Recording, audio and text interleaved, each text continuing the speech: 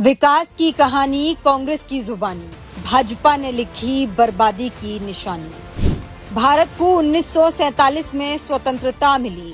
तब का भारत एक गरीब, बदहाल और विभाजन से टूटा हुआ देश था और इसकी कमान मिली कांग्रेस को। कांग्रेस ने अगले 60 सालों तक अपने अथक प्रयासों और दूरदर्शिता से इस देश का निर्माण किया और इसे संवारा।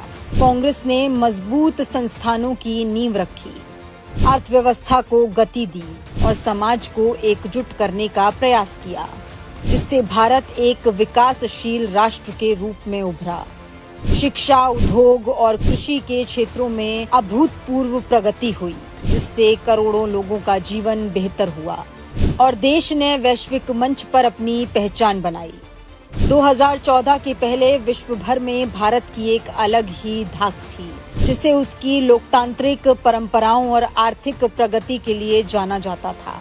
इसके विपरीत 2014 में जब भाजपा सत्ता में आई तो उन्हें एक विकसित और संवरा हुआ भारत मिला।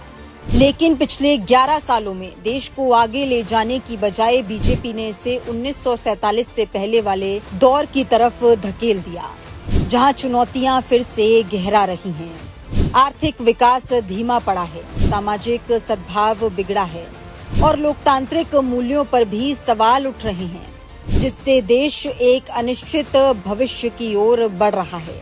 2014 के बाद से भारत की साख विश्व स्तर पर खराब हुई है और उसकी छवि एक सहिष्णु तथा लोकतांत्रिक देश के रूप में धूमिल हुई है। भाजपा सरकार ब्रिटिश शासन की तरह तानाशाही और अत्याचार कर रही है और जनता से बेहिसाब लूट मचा रही है।